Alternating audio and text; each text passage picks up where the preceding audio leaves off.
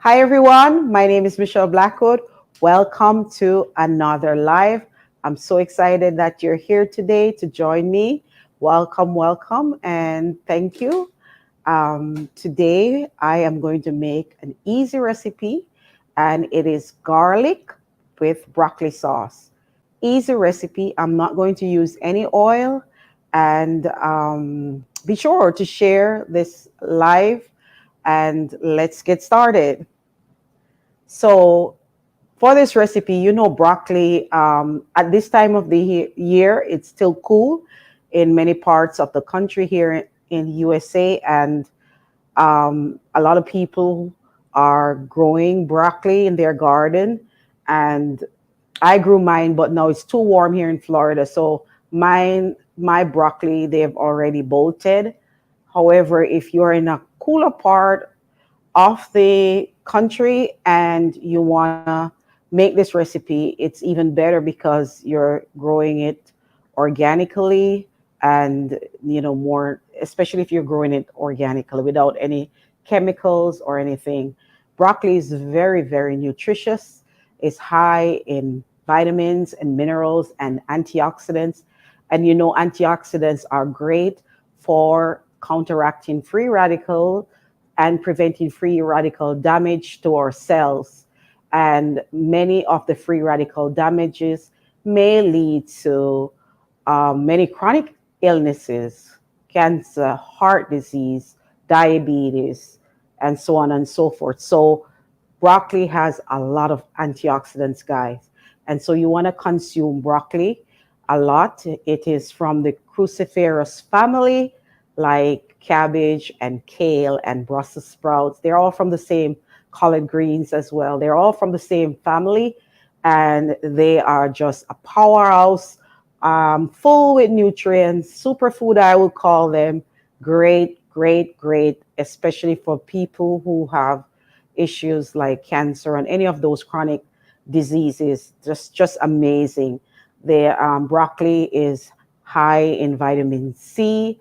It has, a good source of vitamin C, and that prevents inflammation in the body and boost the immune system, especially for those, during the time they're suffering from viruses and everything like that. Broccoli is just great for boosting the immune system. And also, broccoli has calcium, and we know calcium works with collagen to straighten our bones, and even has vitamin K. And vitamin K, they found that vitamin K is great. It's a coagulant, it helps the blood to coagulate. And so vitamin K is good. They found that for people who have low vitamin K levels, that they suffer from osteoporosis. So it also helps with the bone. And what else we've talked about? So it also has iron, calcium, vitamin C. I mentioned before, and there's some potassium in it, so it's good for the heart. It also is high in fiber. It's low calorie food. So for those of you like myself who are on a loss journey, broccoli is great because it's high in fiber, so it's good for your bowels and it keeps you feeling full longer. For those who are have blood sugar issues, whether it's type 1 or type 2 diabetes, broccoli is actually great because not only because of the fiber that it contains, it will help the body handle blood sugar, and that you won't have that spike in blood sugar levels as you would normally if you're not eating high fiber food. So this is just an all-round vegetable for you to include. So how I'm going to prepare it, I like to use the entire broccoli. I even cook the leaves of the broccoli. I basically love broccoli leaves. So if you didn't know the leaves, especially when you grow your own broccoli, you can saute the leaves. You can use them just the same place where you use any other green leafy vegetables. Use your broccoli leaves instead. I like to also use the stem, and I wash these. So all I'll do is I'll cut, remove the ends, I'll just remove the ends. And for the stem, I like to peel them because sometimes they're a little bit, so fibrous or harder. So I like to peel the stems. Sometimes they're soft enough they don't need peeling. Depends on how old your broccoli is, how long it was in the garden. So is that on? You good? And so I like to just go ahead and I'll peel the stems. And there we go, peeling. Peeling the stem. And then we're just gonna go ahead and I like to just chop the stems off because I don't want to throw out all that. That's a lot of nutrients right there, lots of fiber, and like I said, antioxidants. And you can just cut all the way down and then you can finish off by separating the florets. Easy peasy, and just separate the florets. So sometimes I just cut all the way down. All right. And let me get this going. All righty. And I'm not going to use any oil today, so I'm going to show you how I prepare it without any oil at all. All right. So we got that. That's ready. Okay. Let's see. What I'm going to do is I'm going to use water. I'm going to start with some water. And I'm going to add my garlic because we're making a garlic sauce. So I'm using fresh cloves of garlic. And because garlic is so good anti-inflammatory as well and good for the circulation. So I'm going to add freshly pressed garlic. Just cut it up a little bit. Too big. This garlic. So that they can fit in my garlic press. Okay. All right. Let's see.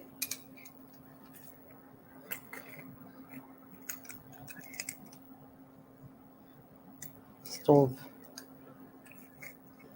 Okay, so adding me some garlic so it can have a lot of flavor. I want all that garlic flavor. And when I used to go to Chinese restaurants, back in the days, I used to love garlic sauce. But now I make it from home. So just adding. And next, what I'm going to add is, let's go ahead and add some ginger. I'm going to use fresh ginger. And what you can do, to peel your ginger, you can just use a spoon. Because sometimes when you use a knife, so I've washed my ginger.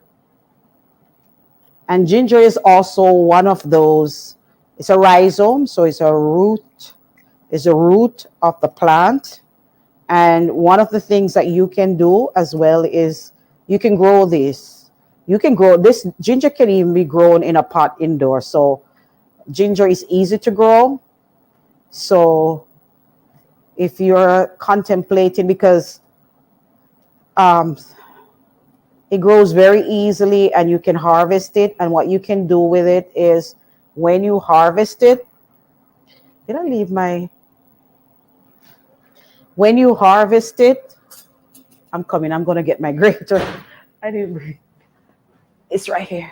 So when you harvest your ginger, you can literally put it in the freezer. You can store it in the freezer for longer. And then when you're ready, so you just wash them, you can peel them like I showed it to you, wash them, put them in freezer containers in your freezer. And when you're ready, you can easily just grate. And it's like having fresh ginger again. So I'm just grating ginger because I love that ginger flavor. Okay. All right. So smelling so good, guys. That all that ginger and the garlic combination smells real good. So I'm basically just start sauteing with ginger and garlic, no oil, and letting the flavor soak up. And what I'm going to add next, I'm going to add some seasoning. So I'm using a vegan bouillon cube. You could have used a vegetable broth and do the same thing with a vegetable broth, but it's the same thing. So I'm just going ahead and I'm just adding a vegan bouillon cube. And if you want more flavor, I'm going to add Bragg's liquid aminos, or you can add soy sauce, whichever you prefer later on to give it even more flavor. So basically that's it. And then I'm going to add my broccoli. I'm adding broccoli.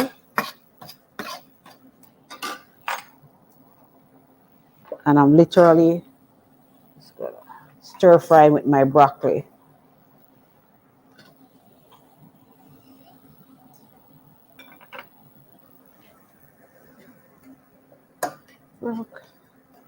Alrighty. So now I can add a little bit more water. At this point, the broccoli doesn't take long, 1, 2 minutes. If you depends on how soft you want your broccoli. You can literally cover your broccoli to steam it then, or you can go ahead and keep stir frying it like so. I'm going to just cover it a little bit and let me know where you're from. Any comments? How many comments? Any comments? Comments. You have Kelly. Hi, Kelly. From Wisconsin, Arizona. Arizona. This guy says, welcome. Greetings, cuz. Thanks for the greetings. Greetings, cuz. Mustafa says, I'm really happy to join this live. Thank you. Thank you. Welcome to our live. Thank you for joining. Jusu and Eric say hello. Hi. Hi. Jusu, Eric. Welcome. Welcome to our live. I'm making broccoli with garlic sauce. And so far I have the ginger and the garlic with water and a bouillon cube or a flavoring, what they call Maggi. Most people use Maggi. I'm using a vegan version and some broccoli, and the broccoli is cooking. I'm just going to check on it. And I'm using water. I'm trying to make it healthier, less oil. So I'm cooking it with just the flavored broth. And once that cooks a little bit, then I'm going to go ahead and add all the other ingredients to flavor it. So just showing you a little healthier version of this dish that you can enjoy from home, and you don't have to spend all that money or buying this same recipe and you're not sure what's in it. Sometimes, a lot of times they use a lot of sugar. And if you know that the body at all times, did I talk about this last time? I don't remember, but it's a new audience anyway.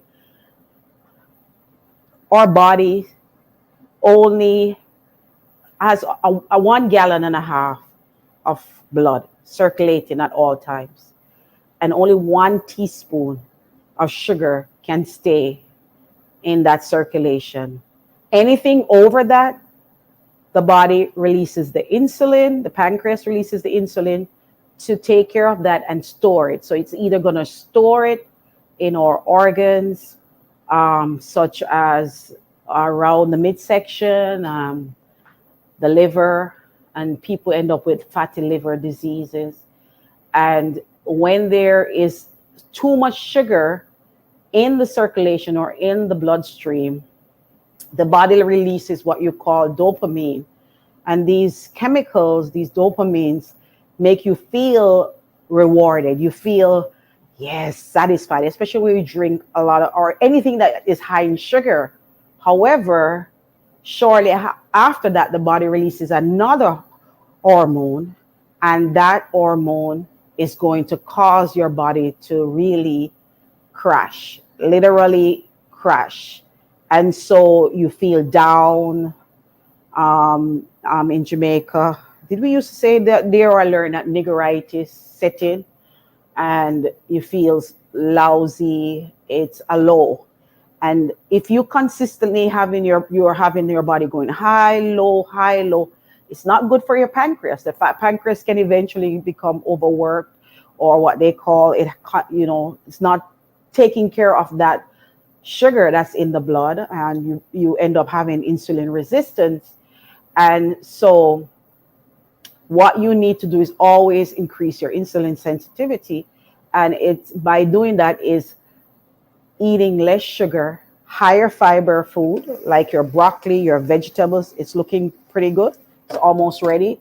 And because that's why people end up with diabetes, just too much sugar. The body only needs a teaspoon at one time. So by the time, if you think about and add up all day long, how much sugar that you have consumed, you'll be amazed at. Some people are drinking just so much sugar in a soda. They might end up drinking 9 teaspoons of sugar in one can of soda, 12 teaspoons sometimes.